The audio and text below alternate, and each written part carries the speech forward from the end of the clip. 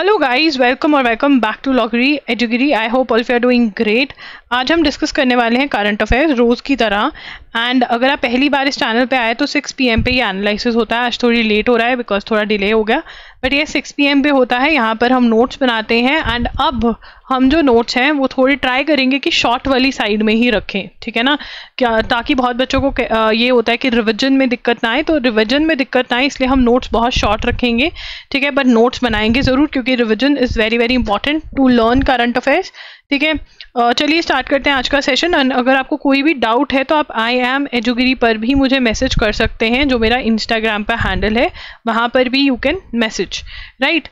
चलिए स्टार्ट करेंगे।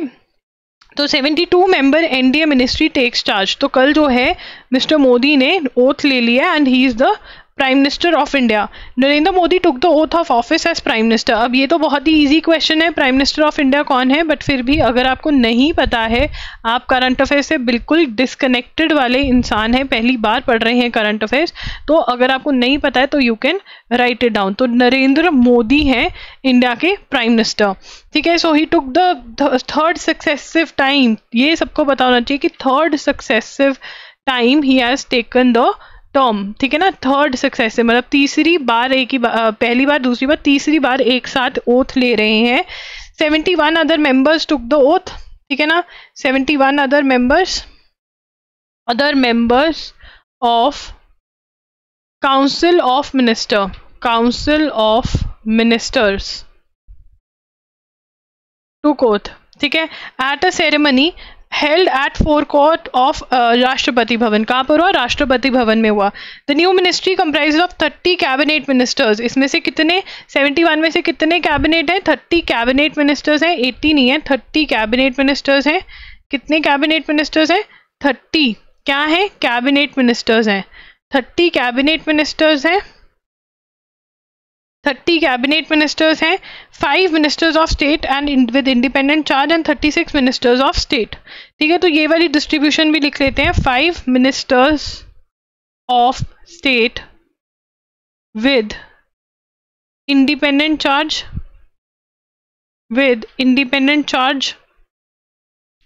और 36 मिनिस्टर्स जो हैं आपके, 36 मिनिस्टर्स ऑफ स्टेट हैं, ठीक है ना। अब इसमें से कैबिनेट का क्वेश्चन आना बहुत इम्पॉर्टेंट क्वेश्चन है कि कितने कैबिनेट के हैं, ठीक है ना। टोटल कितने काउंसिल ऑफ मिनिस्टर्स में हैं? मिनिस्टर्स 71, और पीएम कौन बने? और वो थर्ड सक्सेसिव टाइम के लिए पीएम बने हैं। The team appears to be a mix of old and new. कुछ पुराने लोग हैं, कुछ नए लोग हैं। किसने गवर्नमेंट बनाई है? एनडीए ने, जिसकी फुल फॉर्म आप बहुत बार पढ़ चुके हैं, that is national democratic alliance. 5 leaders of the alliance, former Karnataka Chief Minister and Janata Dal leader HD Kumaraswamy, former Bihar Chief Minister and Hindustan Awam Morcha leader Jitan Ram Manji, Lok Janshakti Party leader Chirag Paswan, Ram Mohan Naidu of Telugu Desam Party, Rajiv Ranjan Singh Lallan of the, जो इनके ये coalition जो group है NDA में BJP के अलावा, इनके भी मिनिस्टर्स बने हैं, ठीक है। उसके बाद the ministers are drawn from 24 states from different caste. Other backward classes के भी हैं, शेड्यूल कास्ट के भी हैं, शेड्यूल ट्राइब के भी हैं, ठीक है ना। एंड माइनॉरिटीज़ में से भी, माइनॉरिटी क्या होती है? मेजॉरिटी इंडिया में कौन है? Hindus are in majority. Minority में कौन है? Muslims, Sikhs, Jains, they are minority, Christians. तो इनको भी जगह दी गई है, ऐसा बोल रहे हैं editor. At least 10 ministers who have been in government for the past 10 years have made a repeat entry. कुछ जो मिनिस्टर्स पहले भी रह चुके हैं उन्होंने रिपीट एंट्री मारी है, और ये उल्टा हो गया, पढ़ें इसको। The NDA government, Giriraj Singh, Rijiju, ठीक है, पीयूष गोयल, ठीक है, निर्मला सीतारमन, ये सारे रिपीट वाले बता रहे हैं, ठीक है। उसके बाद यहाँ पर ये तो मुझे पढ़ा ही नहीं जा रहा क्या है, फॉर्मर मिनिस्टर, कैबिनेट मिनिस्टर, ठीक है, ओके फाइन, ये हो गया। जो रिपीट वाले हैं वो बता रहे हैं, ये नोट करने की जरूरत नहीं है। बट हाँ, इसके अंदर जो एक चीज़ पे मैं रिसर्च करने वाली हूँ वो ये कि पहले कितनी बार कौन कौन ले चुका है। I think Indira Gandhi and mister Jawaharlal Nehru have taken it 5 times। This we need to check, क्योंकि इसके अराउंड क्वेश्चन बन सकता है। अब ये हमें रिपीट है, आरबीआई की मॉनेटरी पॉलिसी कमिटी जो है उन्होंने रेपो रेट नहीं बढ़ाया है, 6.50 रखा है। अब यहाँ पर ये रेपिटेशन है, हम नोट कर चुके हैं, मई में अगर आपने क्लास लगाई है तो आप नोट नहीं करेंगे, समझेंगे। रेपो रेट क्या होता है? वो रेट जिसपे कि जो बैंक होता है, जो एक कॉमर्शियल बैंक होता है, वो रेट जिस पर HDFC, IDBI वाले, ICICI वाले RBI से पैसा उठाएंगे अगर रिक्वायर हुई। तो यहाँ पर RBI क्या है? RBI reserve bank of India है। और रिजर्व बैंक ऑफ इंडिया क्या है बेटा? ये वो बैंक है जिसके पास नोट छापने की मशीन है। It is the central bank of India. Central bank of India कौन सा है? Reserve bank of India is the central bank. ठीक है, ओके।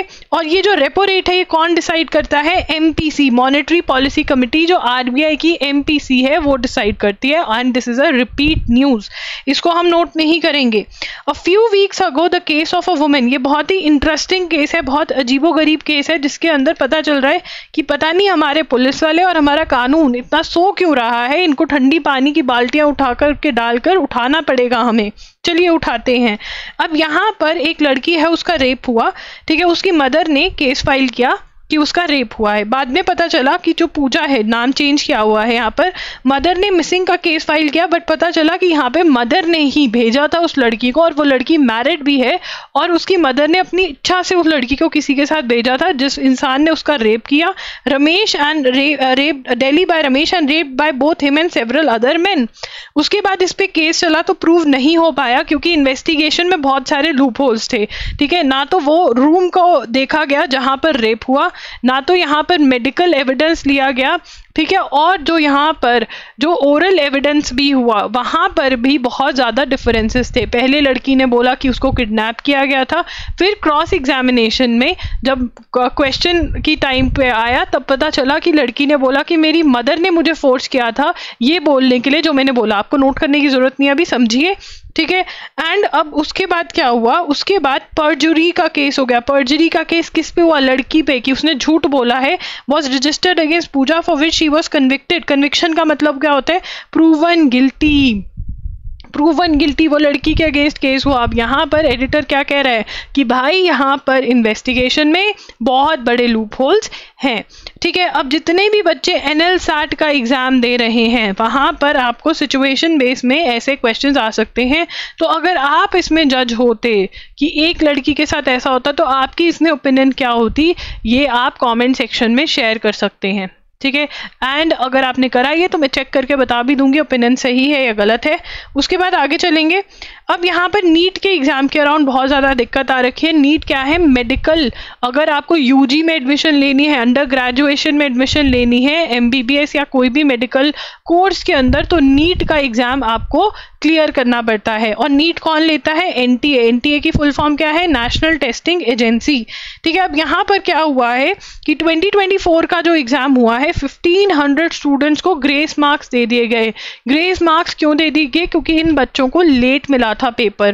ठीक है, अब बच्चों जो हैं उनको 719 मार्क्स आ रहे हैं। 720 मतलब 720 आउट ऑफ 720 मार्क्स का एग्जाम है। एज मेनी एज 69 स्टूडेंट्स के आ रहे हैं, जो कि बहुत बड़ी बात है।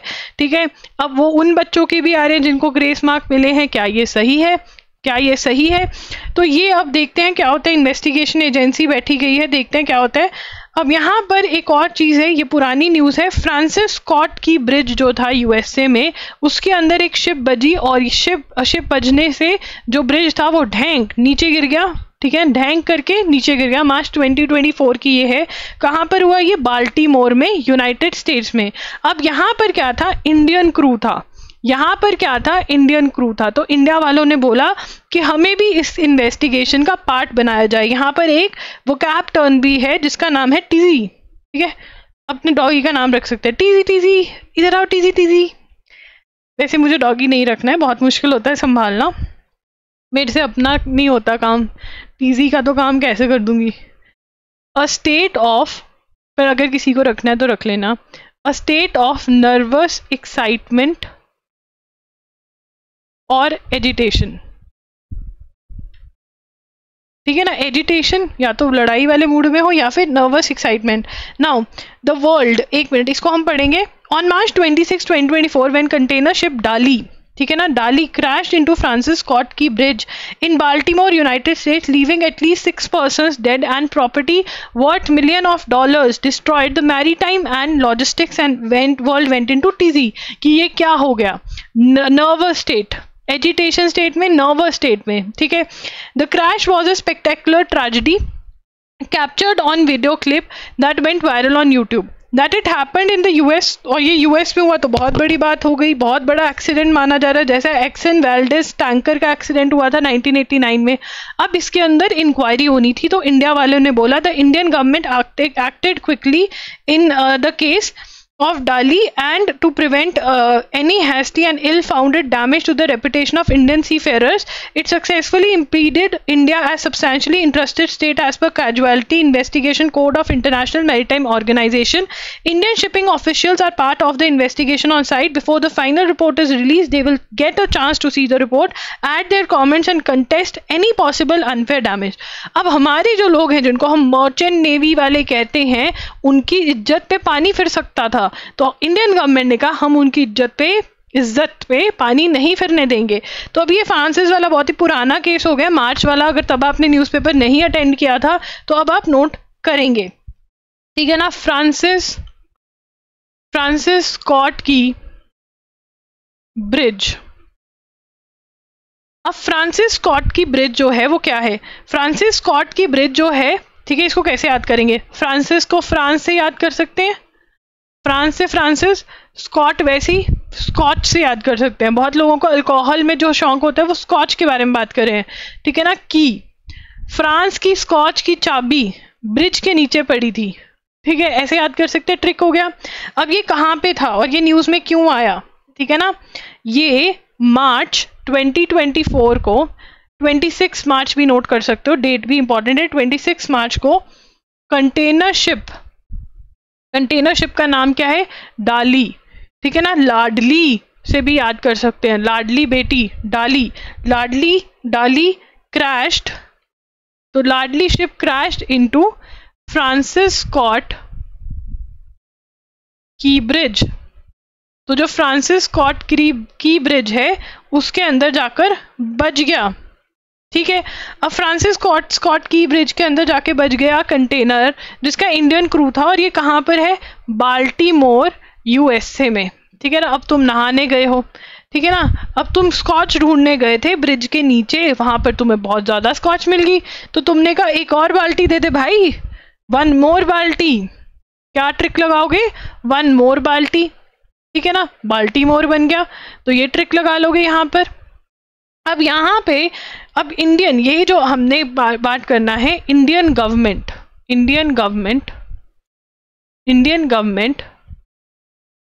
ठीक है. Indian government in order to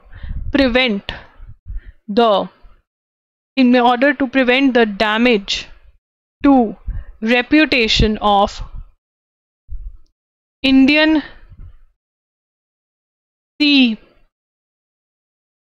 seafarers, ठीक है, successfully impeded India as a substantially interested state as per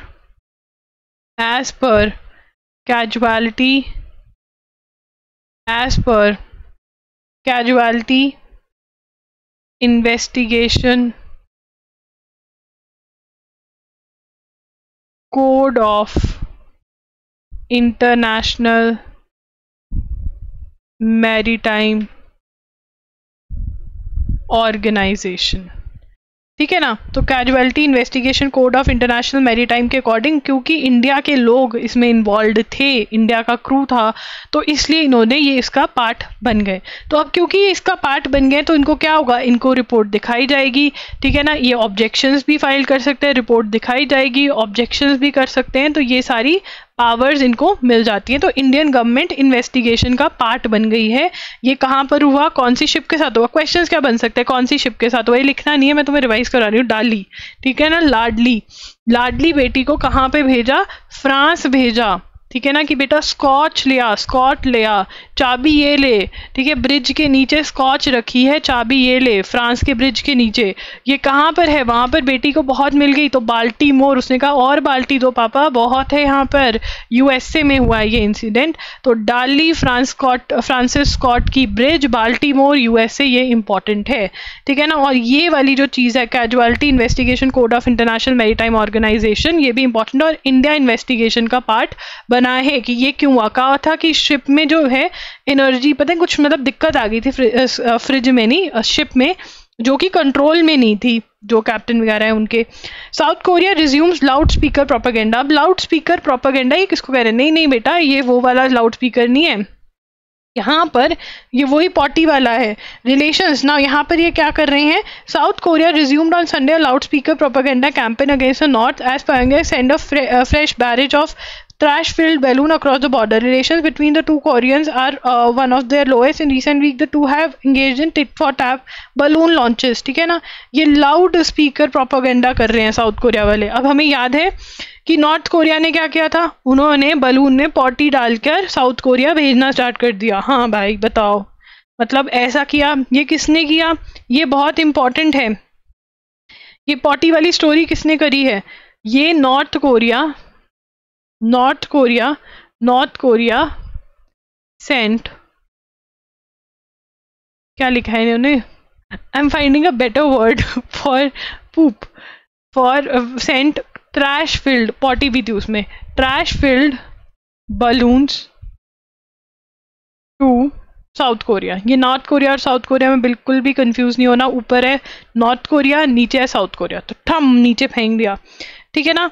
अब यहाँ पर ये लाउड स्पीकर प्रोपेगेंडा, तो अब साउथ कोरिया ने क्या करा है, South Korea loud speaker propaganda कर रहे हैं, ठीक है ना। Installing its own loud speaker along their heavily armed border, broadcast over speaker for the first time in years, anti. Okay. अब यहाँ पर ये समझने वाला है, South Korea resumes loudspeaker propaganda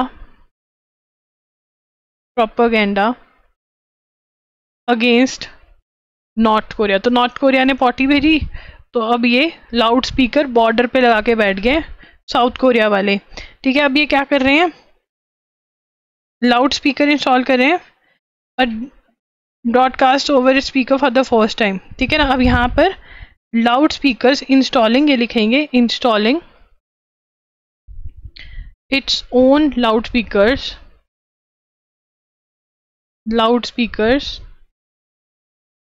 along the border and they are doing anti-Pyongyang propaganda, ठीक है ना। तो ये अब वहां पर क्या है, अब तुम कहोगे ले स्पीकर लगा के बेइज्जती करने का क्या फायदा हुआ। अब स्पीकर लगा के बेइज्जती करने का ये फायदा हुआ कि जो प्योंगयांग है, मतलब नॉर्थ कोरिया की जो कैपिटल है, ठीक है ना, नॉर्थ कोरिया वाले जो हैं, अब वहां पर क्या है कि वहां पे तो डिक्टेटर बैठा है, ठीक है ना, डिक्टेटर बैठा है वहां पर, और उसने अपने लोगों को कुछ नहीं बताया, वहां के लोगों को कुछ नहीं पता, ना वो टीवी देख सकते हैं, बहुत ज्यादा डिक्टेटरशिप है, अजीब ही माहौल है, उनको पता ही नहीं कुछ भी। वहाँ नॉर्थ कोरिया के लोगों को ये भी नहीं पता कि नॉर्थ कोरिया के बाहर भी एक दुनिया है, उनको लगता है बस यही दुनिया है, जो डिक्टेटर है वो भगवान है, ये सब कुछ बताते हैं। ना कोई नॉर्थ कोरिया से बाहर जा सकता है, और नॉर्थ कोरिया के जो अंदर भी जाता है वो भी बहुत सिक्योरिटी में जाता है, लोगों को बात नहीं करनी दी जाती है। जो लोग नॉर्थ कोरिया से भागे हैं, अगर आप उनकी यूट्यूब पे वीडियोस देखेंगे तो बड़ा पता चलता है कि वहां पे क्या हो रहा है। तो अब अगर वहां पर ये प्रोपेगेंडा कर रहे हैं, एंटी मतलब डिक्टेटर प्रोपेगेंडा कर रहे हैं इंस्टॉलिंग देयर ओन स्पीकर से, तो उनको दिक्कत है, क्योंकि उनको लोगों को पता ही नहीं है, उनको लगता है कि हमारा जो डिक्टेटर कह रहा है वो सही है, ये भगवान है, ठीक है ना। तो ये चीज अब साउथ कोरिया कर रही है। तो तुम्हें याद रखना है किसने पॉटी वाला प्रोपेगेंडा किया और किसने लाउड स्पीकर वाला। Missing UK journalist muesli found dead on Greek island. British diet guru and TV personality Michael Mosley found dead on Sunday on the Greek island of Simi, where he went missing, the police said. The 67-year-old was last seen alive on Wednesday as he was vacationing on the island. His wife alerted the police that evening when he failed to return from a coastal walk on his own. Walk पे गया, अब जनता walk करना बंद कर देगी। ये diet वाले का ऐसा हुआ तो। मूजली बेचारा, माइकल मूजली, ब्रिटेन डाइट गुरु डाइड। वहां पे भी गुरु हैं, हमको लगा कि इंडिया वालों के पास ही हैं गुरु। चलो आगे चलते हैं। Setting trade disputes through litigation, negotiation कहना चाहता है वो, वर्ड बना रहा है खुद ही, नेगोशिएशन, नेगोशिएशन, ठीक है। अब यहाँ पर क्या था, इंडिया और यूएसए वालों का डिस्प्यूट था। क्या डिस्प्यूट था? इंडिया और, एक मिनट ये बहुत मोटा हो गया, पेन को थोड़ा पतला करते हैं। तो इंडिया और यूएसए वालों का डिस्प्यूट था, इंडिया और यूएसए वालों का डिस्प्यूट था। किस चीज से रिलेटेड डिस्प्यूट था? Poultry dispute. पोल्ट्री मतलब ये मुर्गियों वाला। अगर तुम नॉनवेज खाते हो तुम्हें बड़ा इंटरेस्टेड होगा, इंटरेस्टिंग लगेगा। मैं नहीं खाती हूँ, और मैं तुम्हें भी नहीं कह रही हूँ कि मत खाओ, पर मैं नहीं खाती हूँ। इंडिया यूएसए पोल्ट्री डिस्प्यूट, क्या हुआ? तो इंडिया वाले कहते हैं, इंडिया की गवर्नमेंट कहती है कि यूएसए की मुर्गियाँ नहीं खाएंगे, पोल्ट्री का सामान नहीं खाएंगे, ना इंडिया ना यूएसए की मुर्गी खाएंगे और ना ही यूएसए का अंडा खाएंगे। क्यों भाई? ठीक है ना। तो अब यहाँ पर ये हुआ था कि क्वाइट रिमार्केबल इंडिया एंड, अब ये सेटल हो गया। बट मैं तुम्हें ये स्टोरी कहाँ, poultry dispute to begin with this dispute was filed more than a decade ago. 10 years हो गए इस डिस्प्यूट को, ज़्यादा 10 years plus, relating to certain import restrictions taken by India against its the imports of poultry products from the US on ground of avian influenza, bird flu. तो India वाले कहते हैं कि भैया हम तुम्हारे यहाँ से क्या नहीं मंगवा सकते, मुर्गी और अंडा नहीं मंगवा सकते, तुम्हारे यहाँ पे बर्ड फ्लू है, हमारे यहाँ पर लोगों को हो गया तो दिक्कत हो जाएगी, ठीक है ना। तो हमारे वाले जो इंडिया वाले ये यहीं का मुर्गी अंडा खाएंगे, ठीक है। बताओ, तुम्हें वंचित किया हुआ इन्होंने। तो ये कब हुआ? तो यहाँ पर डिस्प्यूट क्या था? Import restrictions, import restrictions by India on USA poultry products on grounds of avian influenza। avian influenza क्या होता है? बर्ड फ्लू, कि भैया हमारे यहाँ पर लोगों को ना हो जाए, ठीक है ना। Avian influenza between the two countries initiated by the US initiated by the US 2012, the dispute challenged India's import restrictions on poultry products on account of avian influenza, which could potentially transmit to humans. The dispute marked one of the earliest instances where animal and human health safety related measures, broadly referred to as sanitary and cytosanitary measures, ठीक है ना। तो यहाँ पर ये पहली बार ऐसा हुआ था कि एनिमल्स और कि एनिमल से ह्यूमंस में डिजीज ना चले जाए, तो इसलिए रोक दिया। The US primary contention was that India in deviating from internationally recognised standard set by world organisation for animal health, formerly the OIE, failed to prove scientific justifications for poultry measures as mandated by WTO's SPS agreement। अब यहाँ पर तो India कहता कि भैया can be transmitted from humans, from animals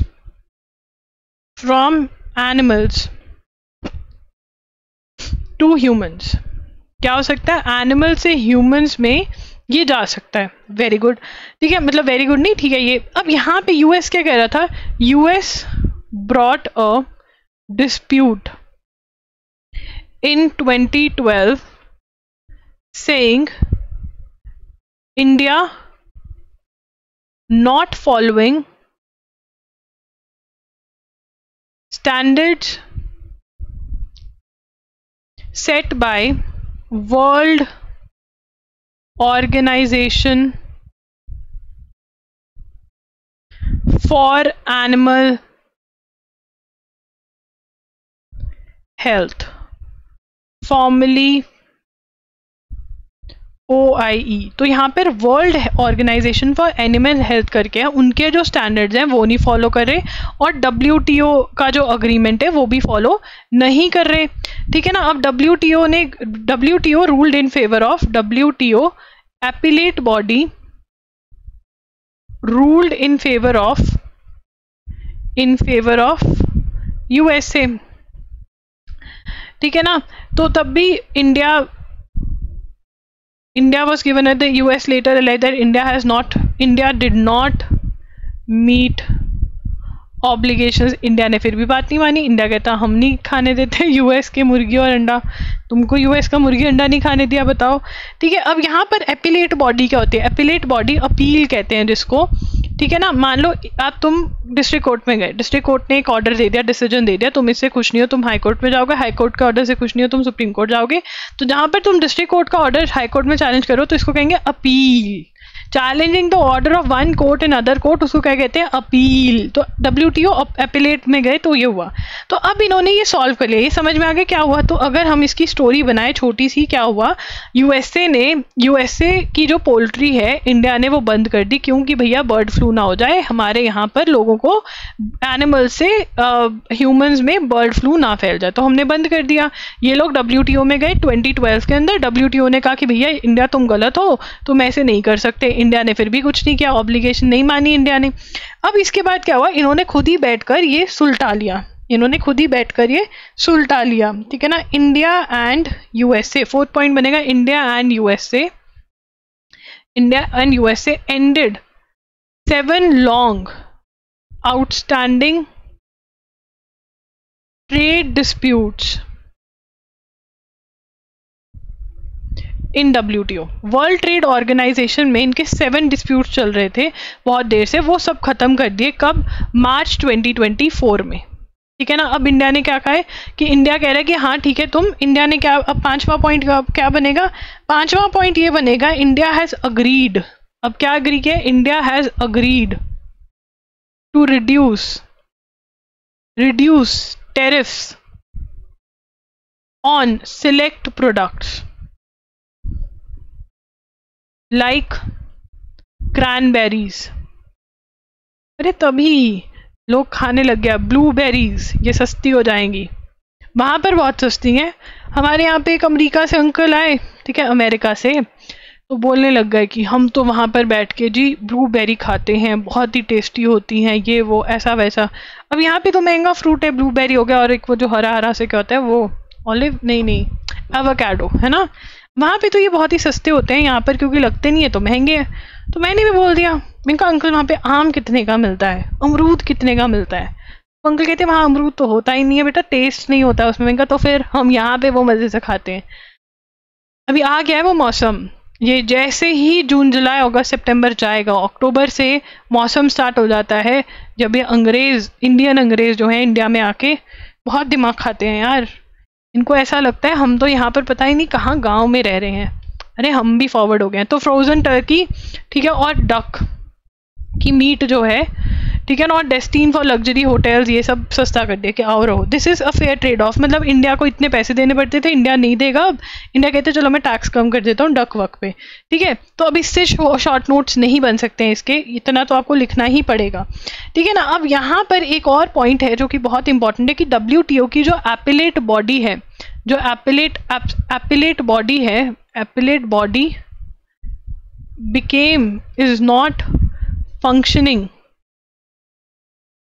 is not functioning since 2019। ये important है, only for CLAT। चलो आगे चलें। The results of Lok Sabha elections were declared last week. The ruling National Democratic Alliance has won 293 seats with a 43.3% share। अब ये तो तुम्हें पता है ना। तो NDA जो है, जो कि है नेशनल डेमोक्रेटिक अलायंस, अब उनके साथ और भी लोग जुड़ गए हैं, तो 303 आ रहा है उनका आंकड़ा, ठीक है। तो लिख लो ये दोनों ऑप्शंस में से, ठीक है। और कितना वोट शेयर है? 43.3% वोट्स जो है वो किसको डली है? NDA को। और जो इंडिया है, जो इंडिया अलायंस है, जिसकी फुल फॉर्म मैंने तुम्हें लिखवाई थी, तो इंडिया अलायंस को 41.6% मिली है और 234 सीट्स मिली हैं। हमारे यहाँ पर इलेक्शन के सिस्टम को क्या कहते हैं? जैसे फर्स्ट कैसे सिलेक्ट किया जाता है? First past the post system, first past the post system. ठीक है, अभी इसको थोड़ा सा समझ लेते हैं, ज़्यादा नहीं पर इसको समझना पड़ेगा, तो रीडिंग करेंगे एक अच्छी सी। We follow the first past the post system, follow the first past the post system, जिसको क्या कहते हैं, जिसको FP भी कहते हैं। क्या कहते हैं, जिसको FP भी कहते हैं। ठीक है, in are elections to Lok Sabha and legislative assembly, ठीक है ना, FP followed in Lok Sabha and legislative assembly elections. तो जो लोकसभा है और लेजिस्लेटिव असेंबली मतलब जो स्टेट का CM चुनते हैं, ठीक है ना, जो MLAs चुनते हैं, उसके अंदर ये सिस्टम होता है। अब इसमें क्या होता है, under this system the candidate who polls more than any other in constituency is declared elected. अब ये लिख लेंगे, under this system candidate who gets most votes in any constituency is declared elected। मतलब जिसको सबसे ज्यादा वोट मिले वो इलेक्टेड हो जाता है। ठीक है, ये सिस्टम कहाँ पे फॉलो किया जाता है, USA, UK, Canada. The primary advantage, अब यहाँ पर ओनली क्लैट वाले आ जाएंगे। ये सिस्टम कहाँ फॉलो किया जाता है, USA, UK, कनाडा में भी यही सिस्टम है। ठीक है, और ये इसका प्राइमरी एडवांटेज क्या है, मोर फीजिबल, ईजी है चुनना, ग्रेटर स्टेबिलिटी। ठीक है, ये सब कुछ हो जाता है। अब ये क्या कह रहे हैं कि एक और सिस्टम होता है जिसको प्रोपोर्शनल रिप्रेजेंटेशन कहते हैं। हमारे यहाँ पर प्रेसिडेंट के इलेक्शन में ये कॉन्सेप्ट यूज होता है। क्या कहते हैं, प्रोपोर्शनल रिप्रेजेंटेशन। अब अगर ऊपर वाले क्वेश्चन में से क्या क्वेश्चन बन सकता है, तो सबसे पहला क्वेश्चन जो बन सकता है उसकी फुल फॉर्म पूछी जा सकती है, उसका मीनिंग क्या होता है ये पूछा जा सकता है, जो हमने यहाँ पर लिख लिया है, मीनिंग भी लिख लिया है। कौन कौन से जो हमारे इलेक्शंस है वो इसी थ्रू होते हैं, ये भी हमने लिख लिया है। कौन कौन सी स्टेट्स में ये फॉलो किया जाता है, ये क्लैट में ज़्यादा क्वेश्चन आ सकता है, और किसका कितना यहाँ पर रहा ये भी हमने लिख लिया है।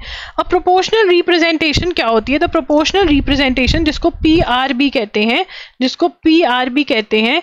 तो PR क्या है, proportional ensures representation of all parties based on their vote share. The most commonly use PR system is party list PR, where voters vote for the party. ठीक है, यहाँ पर क्या है, इसमें क्या होता है, voters vote for the party, candidate के लिए नहीं वोट करते, voters vote for the party, not individual candidates। Then the party gets seats in proportion of their vote share, कि कितना प्रोपोर्शन बनता है उसके हिसाब से, वोट शेयर के हिसाब से नंबर ऑफ सीट्स दी जाती हैं। ये होता है प्रोपोर्शनेट। ठीक है ना, तो कह रहे हैं कि इंडिया में प्रोपोर्शनेट होना चाहिए, ये बता रहा है। तो यहाँ पे प्रेसिडेंट वाला जो होता है वो होता है। ठीक है ना, अब यहाँ पर आपको ये याद रखना है कि ये क्या होता है, ये बहुत कम एक्सपेक्टेड है। ठीक है, पहले वाला जो हमने पढ़ा था, ठीक है, वो ज़्यादा आने के चांसेस हैं। ये वाला अगर आपको नहीं लिखना तो आप ना भी लिखिए।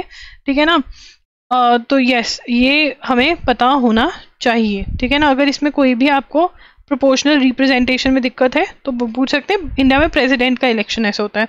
The waste Bengal Crime Investigation Department began questioning Sayyam Hussain on Sunday, who was arrested by Nepal police and extradited to India। Extradited मतलब अब इसने संयम ने कहाँ पर संयम दिखाया, इंडिया में, मतलब ऑफेंस कहाँ पे कमिट किया, इंडिया में, और भाग गया बांग्लादेश। तो इंडिया वाले कहते हैं लाओ हमको दे दो। ठीक है ना, तो एक्स्ट्राडिशन कहते हैं। इंडिया वालों ने क्या किया, एक्स्ट्राडाइट किया, कि जहाँ पर ऑफेंस भागा था यहाँ पे ले आए उसको वापस, कि आओ हम तुमको क्या कहते हैं, तुम्हारे अगेंस्ट एक्शन लेते हैं। ठीक है, the waste Bengal crime investigation began questioning Sayyam Hussain on Sunday, who was arrested by Nepal police and extradited to India as part of investigation of the gruesome murder of 56-year-old MP अनवरसुल अजीम अनार इन कोलकाता। बांग्लादेश के member of parliament का murder कर दिया India में। ठीक है, तो यहाँ पर सय्यम हुसैन इन्वेस्टिगेटेड, अच्छा नेपाल भाग गया था, investigated by Indian police for murder of NP Anwarul Azim, murder of MP of Bangladesh, ठीक है ना, इन कोलकाता में मर्डर कर दिया। भाई लोगों को डर नहीं लगता है? यहाँ पे जो चींटी मार के दुख होता है, ये बंदा मार देते हैं। अब इसने बंदा मार दिया और काम आ गया एक्स्ट्राडिटेड फ्रॉम नेपाल वालों को तो देना पड़ना था इंडिया को। ये अगर USA UK में होता है, कहते कि पहले हम प्रॉमिस करो, हम सजा नहीं दोगे, ये नहीं करोगे, वो नहीं करोगे। 4-5 साल बीत जाते, इतने में सभी कहते छोड़ दो चलो बेचारे को, कोई बात नहीं। जयरेंज पाटिल के बारे में हमने कल पढ़ा था, ठीक है, इसके नोट्स डन है, दोबारा नहीं करवा रही हूँ मैं, कल ही करे हैं, ठीक है ना, रिपीट है ये। आगे चलेंगे। और ये देखो यहाँ पे सबसे पहले सुंदर राइटिंग में इंपॉर्टेंट लिख लेंगे। ग्रीन पेन कहाँ पे मेरा, ये रहा, इंपॉर्टेंट, बहुत इंपॉर्टेंट है, ये क्वेश्चन आएगा, ठीक है ना। अब यहाँ पर Anamika Rajeev is Navy's first women, photo भी दिखा देती हूँ, देखने चाहिए यार। फर्स्ट वुमेन चॉपर पायलट, ठीक है ना, फर्स्ट वुमेन चॉपर पायलट, क्या नाम है, Anamika Rajeev became Navy's first women helicopter pilot. क्या बन गई है, हेलीकॉप्टर पायलट। इंपॉर्टेंट है, बहुत ज्यादा इंपॉर्टेंट है, आएगा। अनामिका राजीव गांधी का नाम अनामिका तो तुम्हारी किसी दोस्त का नाम होगा। 7 leaders from India's neighbourhood watch swearing in. कल हमने क्या डिस्कस किया था, सागर, वो गाना तुमने सुना है यार, बड़ा ही फेमस है वो, इंडिका और सागर वाला, ठीक है, वो सुन लेना। सागर क्या है कि भाई इंडियन ओशन के अंदर हमको अपना मैरी टाइम पॉलिसी है नरेंद्र मोदी मिस्टर PM की, ठीक है। अब नेबरहुड फर्स्ट पॉलिसी क्या है कि पहले मेरे पड़ोसी फिर कोई और, ठीक है ना, जैसे हमारी मम्मी खीर बनाती है, हलवा बनाती है, तो पहले कहाँ लेकर आते, पड़ोसी में, ठीक है ना। आफ्टर द सेरेमनी, जैसे होता है ना शादी के कार्ड का इनविटेशन देना कि ये तो पास के रिश्तेदार, इनको तो बुलाना पड़ेगा, दूर वालों को बुलाओ ना बुलाओ। मुझे इंटरनेशनल पॉलिटिक्स और अपने घर की रिश्तेदारी वाली पॉलिटिक्स में बहुत ही कम अंतर लगता है। After the ceremony Sri Lankan president Ranil Wickremesinghe, Maldives president Mohamed Muizzu, Seychelles vice president Ahmed Afif, Bangladesh president Sheikh Hasina. कल जो है सेशल्स के ना, मैंने मेरे ख्याल से प्रेसिडेंट ही लिख दिया, वहाँ पे वाइस प्रेसिडेंट लिख लेना नोट्स के अंदर। Mauritius PM Parvind Jugnauth, PM Pushpa कमाल दहल, तेशरिंग टोबे, ये नेपाल के हैं, ये भूटान के हैं, ठीक है ना। ये सारे जो सातों के साथ हैं, ये कल हमने लिख लिए थे और ये इंपॉर्टेंट है, इसमें से क्वेश्चन आ सकता है, ये दोबारा रिपीट है, मैं नहीं लिखवाऊंगी इसको। अहमदाजी नेजाद बार्ड फ्रॉम, अब यहाँ पर हमें पता होना चाहिए कि ईरान के जो प्रेसिडेंट हैं उसकी डेथ हो गई, उनकी डेथ हो गई, राइसी की, इब्राहिम राइसी की। कैसे डेथ हुई है, हेलीकॉप्टर क्रैश में। कैसे डेथ हुई है, हेलीकॉप्टर क्रैश में डेथ हुई है, ठीक है।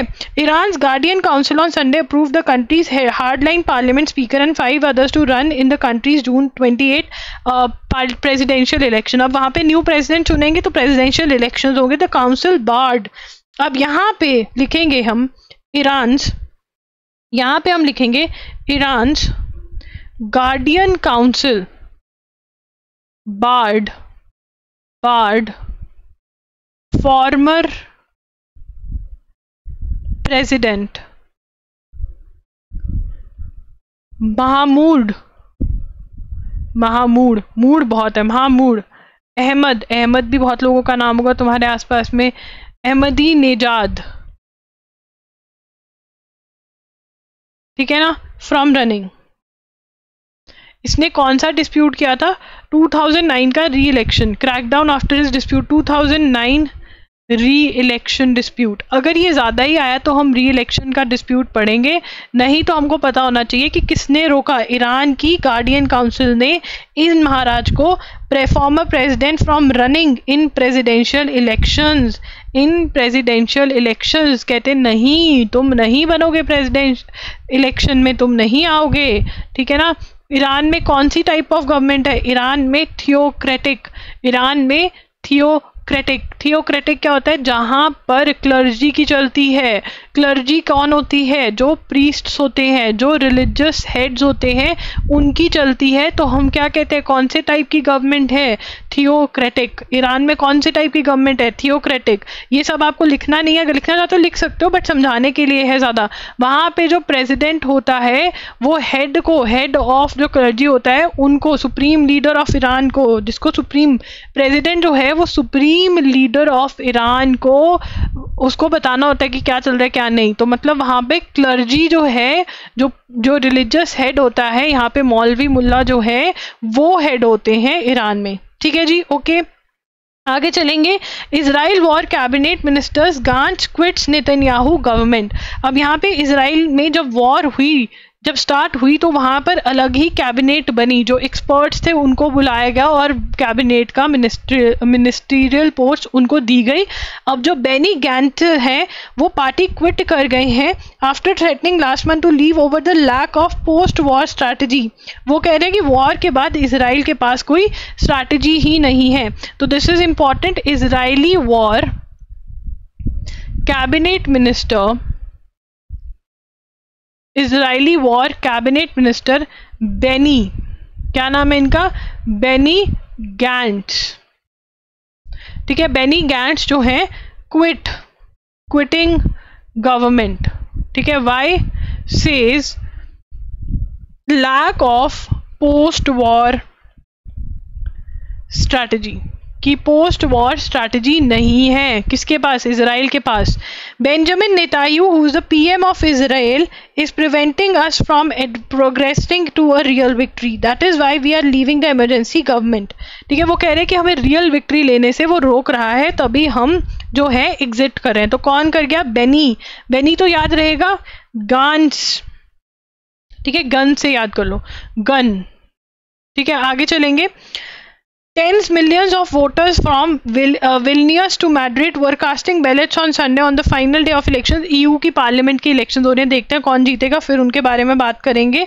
Carlos Alcaraz came back to defeat Alexander Zverev on Sunday and win the French Open.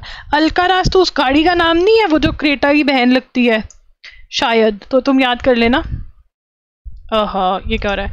तो यहाँ पर कार्लोस किसका फोन है? कार्लोस का। अलका याद नहीं, वो है ना, अलका और राज और कार्लोस, ये ट्रायो बन गया। सब अलका से प्यार करते हैं, राज भी और कार्लोस भी, बट अलका किसी से प्यार नहीं करती है। उसने किसको डिफीट कर दिया? Defeat Alexander the great, Zverev. ठीक है ना, ज़ेवेरेव को कर दिया इन फ्रेंच ओपन। ठीक है, अब जो अल्काराज है, ठीक है ना, अलका और राज कहाँ का है? अल्काराज जो है वो स्पेन का है। ठीक है ना, स्पेन का है, 3rd ग्रैंड स्लैम टाइटल है उसका। ठीक है ना, अब ये जीत गए तो मजा आ गया, इसको मजा आ गया, ये याद रखना है, दिस इज वेरी इंपॉर्टेंट। आगे चलेंगे। साइंटिस्ट हैव डिजाइंड, देखो MRI क्या होता है? MRI की फुल फॉर्म पता होने चाहिए। MRI क्या होता है? Magnetic resonance imaging. ठीक है ना, MRI। अब ये तो है बहुत ही महंगा सौदा था, क्योंकि इसके अंदर जो कूलिंग के लिए गैसेस वगैरह चाहिए होते हैं वो नहीं मिलती थी। अब इंडिया ने इसका सस्ता वर्जन निकाल दिया है। MRI helps visualise minute details in the body. क्या करता है? Helps in visualising, to helps visualise minute details in human body. जो माइन्यूट डिटेल्स होती हैं ह्यूमन बॉडी में वो डिटेक्ट करता है, तो ट्रीटमेंट के लिए बहुत सारी चीज़ें पता चलती हैं। ठीक है ना, बट ये बहुत महंगा पड़ रहा था, हीलियम में मिल पाती थी, तो इंडिया ने अपना वर्जन बना दिया। अब ये किसने बनाया ये हमें नोट करना है। ठीक है, the scanners work for strong magnetic field, India British 8 machine cost something. ठीक है, around 50 cheaper India, because of India ने बनाई है खुद यहाँ पर। और हाँ, कल वाला भी मुझे पता है, बट जब मैं ये कर रही हूँ ना काम, तो 6:13 ऑलरेडी हो चुके हैं, तो ये वीडियो बहुत लेट जाएगी ऑलरेडी, तो हम इसके और डिटेल्स में नहीं जाएंगे, कल जाएंगे, ठीक है। जो कल का बचा हुआ था क्लैट वालों का, अगर आपको वीडियो अच्छी लगी तो लाइक कर देना। loggery.in पर जो आपके वन शॉट्स वगैरह है वो देखना है तो देख लेना, लिंक डायरेक्ट डिस्क्रिप्शन बॉक्स में मिल जाएंगे। कॉमेंट जरूर करना, आपके कॉमेंट्स पढ़ने में बहुत मजा आता है। Bye bye, take care, thanks for joining in.